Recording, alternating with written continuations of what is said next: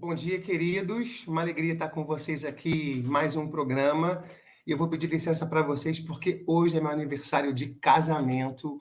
Não posso deixar de começar esse momento agradecendo a Deus pela vida da Camila, minha queridíssima esposa, que me atura mais de pertinho há 18 anos, quem me deu Samuel e Manu, nossos filhos. Então, parêntese fechado, vamos então aqui falar sobre as nossas crianças, sobre o desenvolvimento infantil.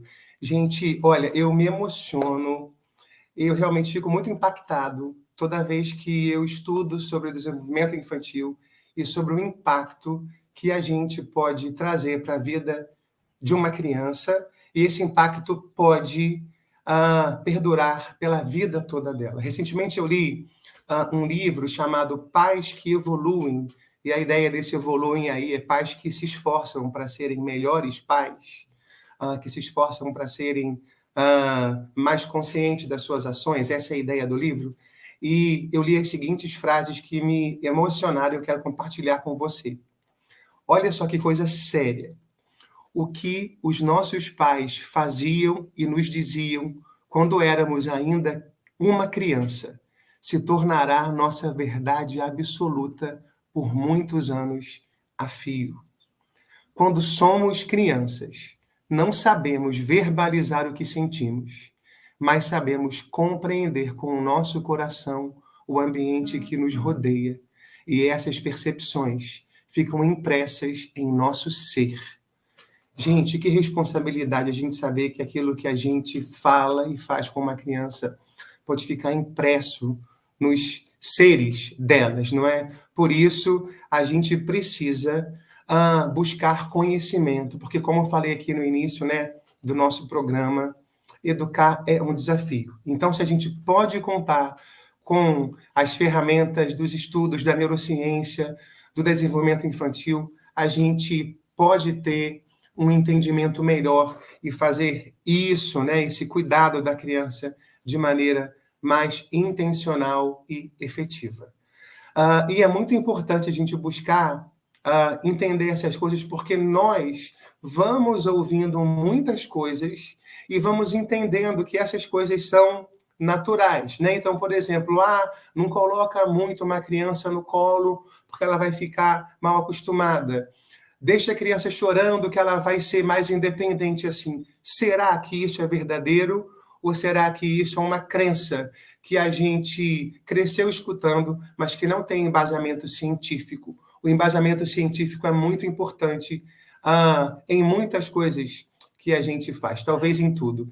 Queridos, então a gente vai falar sobre uma coisa que tem a ver com isso da nossa crença popular também. Nós vamos falar sobre as birras. E aí o Rafa vai compartilhar aí a tela. Gente, a gente cresce achando, né? A gente vai ficando adulto achando que a birra é uma coisa intencional que a criança faz para nos irritar, para nos matar de vergonha no meio do shopping, ou num evento de família, ou na igreja. Eu até acho que talvez a maior dificuldade para a gente lidar com a birra não seja a criança, seja a gente mesmo. Porque, de fato, às vezes, a gente é colocado numa situação constrangedora, a gente morre de raiva e acaba não lidando da melhor maneira possível. Então, essa é uma coisa que as pessoas pensam, que as crianças fazem birra de propósito. Eu quero dizer o seguinte, seu filho, ele não faz birra para te atacar. É muito, muito importante a gente entender isso. As birras, elas geralmente se apresentam em forma de grito, de berro, de desabafo. A criança, às vezes, se morde. A criança puxa o seu cabelo, ou o cabelo de quem estiver perto, não é? Mas a gente precisa entender o seguinte, que a birra é uma forma instintiva do corpo da criança de extravasar o que ela sente na tentativa de se autorregular. As birras definitivamente não são ataques contra os pais, contra os cuidadores. Não é sobre os pais, é sobre os filhos, que ainda não têm um cérebro maduro para conseguir regular as suas emoções. E a gente, às vezes, confunde isso porque, especialmente naquela primeira infância, de 0 a 3 anos, a gente vê um salto no desenvolvimento motor, né? As crianças começam a andar, correr, pular, a desenvolver a linguagem, mas a verdade é que o cérebro, a parte emocional, né, que cuida das emoções do cérebro, ela ainda está em desenvolvimento. O cérebro ele não se desenvolve na velocidade do nosso corpo. Então, a gente precisa entender que a birra ela é uma resposta biológica normal à frustração, da mesma forma que a gente boceja quando a gente está com sono, ok? Nós já falamos aqui uma vez sobre um médico especialista, né, em cérebro, em desenvolvimento infantil, chamado Daniel Siegel. Ele tem um livro chamado O Cérebro da Criança. E nesse livro, ele então, para exemplificar como funciona o cérebro, ele divide o cérebro em 4 partes. Mas para a gente aqui, hoje, a gente vai falar sobre o andar de baixo e o andar de cima. O andar de baixo do cérebro seria a parte dos instintos, não é? Então, as nossas reações de sobrevivência, correr, fugir, gritar, e a parte de cima, a parte da razão. Então, a birra, ela está na parte de baixo, né? Porque ela é uma reação instintiva da criança. E até os 4 anos, essa parte da razão, a criança não vai entender. Ela não vai entender mesmo. Então, a gente precisa tentar emprestar o nosso cérebro, nós que já temos essa parte desenvolvida, e a gente vai fazer uma coisa, então, que a gente chama de corregulação emocional, tá bom? Então, a gente vai ajudar a criança a se regular. Mas, definitivamente, a gente precisa entender, é natural, é instintivo, não é para atacar ninguém. É a forma que a criança tem biológica de extravasar o seu descontentamento com a sua frustração. Uma outra coisa que a criança faz, por exemplo, que acontece muito quando elas vão para as creches, é morder. Então, a criança, quando não tem a linguagem, como é que ela vai protestar com o amigo? Mordendo.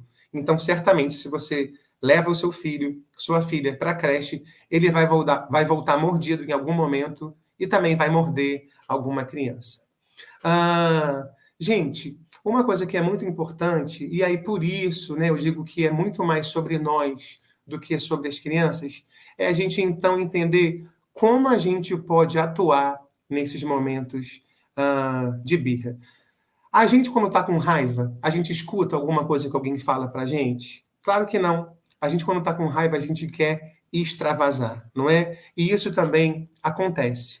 Quando a gente briga com uma criança, no momento da birra, é como se a gente estivesse jogando gasolina no meio de uma fogueira. Ou seja, a gente vai inflamar ainda mais. Né? E aí, como eu falei, crianças abaixo de 4 anos, elas vivem o presente, elas não têm qualquer pensamento racional. Então, vamos aqui, de forma mais prática, pensar em como a gente pode ajudar as nossas crianças nesse momento das birras. Vamos lá, Rafa, coloca para a gente aí a primeira coisa que a gente tem. Conecte-se emocionalmente. Vamos pensar aqui com um exemplo, gente. Imagine que você está num parque com a sua criança e aí você diz para essa criança, olha, está na hora de ir embora. E essa criança, então, tem um ataque, faz uma birra, porque ela não quer ir embora. O que significa esse se conectar emocionalmente? Quando a gente faz isso, a gente está tentando unir a parte de cima com a parte de baixo do cérebro. Né? Então, ele que não tem a razão vai ter a nossa emprestada para conseguir se acalmar nesse momento. Então, nessa situação, o que a gente pode fazer? A gente pode se abaixar, colocar o nosso olho na direção do olho da criança e dizer, olha, eu entendo que você está chateado, porque você queria continuar aqui no parque, mas nós não podemos. Nós precisamos ir para casa. Quem sabe amanhã a gente não pode voltar. Isso significa validar a emoção. E a gente sabe o que a gente faz quando a gente está diante de uma birra? Ou a gente faz uma birra também, né? A gente grita, ou a gente ameaça abandono. Isso é muito sério. A gente fala, vai continuar gritando aí, então eu vou embora e que você fique aí. E cuidado, que senão vão vir aqui e vão pegar você. Então a gente educa pelo medo, e isso é muito sério, isso é muito prejudicial. A gente tem que ter cuidado com isso, com essa ameaça de abandono. Eu já fiz isso? Claro que já fiz, não é? Não vou mentir para vocês, porque nem sempre a gente consegue colocar em prática a teoria, mas isso não quer dizer que a teoria não seja importante. Então, isso significa validar o sentimento, validar a emoção. Tem gente que confunde o validar com aceitar tudo aquilo que a criança está fazendo. Não é isso. Validar não é concordar. Validar é dizer, olha, você está sentindo isso? Tudo bem, você pode sentir isso, mas agora a gente precisa ir para casa, no caso aqui do exemplo do parquinho, né? Então a gente precisa, e isso é se conectar emocionalmente, é a gente mostrar para a criança que a gente respeita o que ela está sentindo, mesmo não concordando com a forma que ela está extravasando aquilo naquele momento, tá bom? Vamos para o próximo, Rafa? Ajude a criança a se acalmar. Cada criança pode se acalmar de alguma maneira, não é? Então tem criança que vai se acalmar com um toque, com uma vozinha no ouvido, a gente fazendo um carinho nas costas. Tem criança que a gente precisa deixar, né? Claro, ali, se aproximar para que ela não se agrida, não agrida a outra pessoa, outra criança não se machuque. Mas talvez a criança precise só daquele tempo realmente para gritar. Gente, vamos falar a verdade, tem hora que dá um grito, não acalma a gente. Se isso acontece com a gente, quanto mais com a criança. Então, a gente precisa, então, deixar ela se acalmar, porque, como a gente falou aqui, tentar ensinar alguma coisa, tentar falar alguma coisa na hora da raiva é jogar gasolina no meio da fogueira. Uma outra coisa que a gente precisa fazer é a seguinte: a gente precisa cuidar das nossas próprias emoções, né? Porque às vezes a gente fica naquele ataque também que a criança faz, mata a gente de vergonha, a gente sai do limite da raiva e a gente grita e acaba que o nosso comportamento não é efetivo. Então, o que a gente pode fazer? A gente pode respirar, a gente pode contar até 10, a gente pode sair do ambiente se for necessário. A gente também precisa desse tempo para ajudar a criança a se regular. Nesse momento, a nossa regulação é que vai contribuir para a regulação da criança. Então, a gente precisa cuidar da gente. Às vezes, a gente está muito cansado, exausto. A gente precisa descansar, né? O cansaço, ele tira a nossa paciência. Então, a gente precisa cuidar da nossa emoção. Quem está bem cuidado vai poder cuidar melhor de uma criança. E, por último, e muito importante, nós precisamos dedicar tempo de qualidade, de intencionalidade. Não significa um tempo no mesmo espaço físico. Significa um tempo com os corações, com as mentes, na mesma atividade, no mesmo propósito. Porque isso traz segurança para a criança. E segurança é algo fundamental para o desenvolvimento infantil.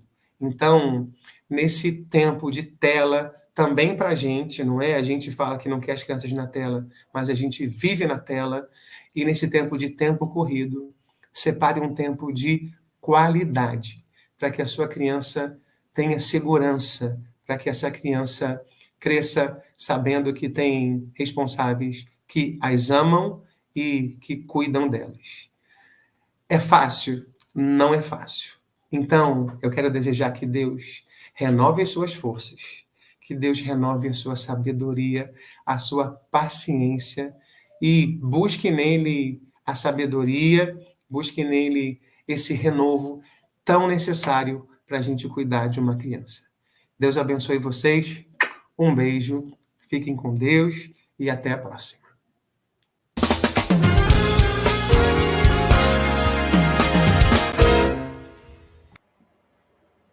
Palavra de Deus.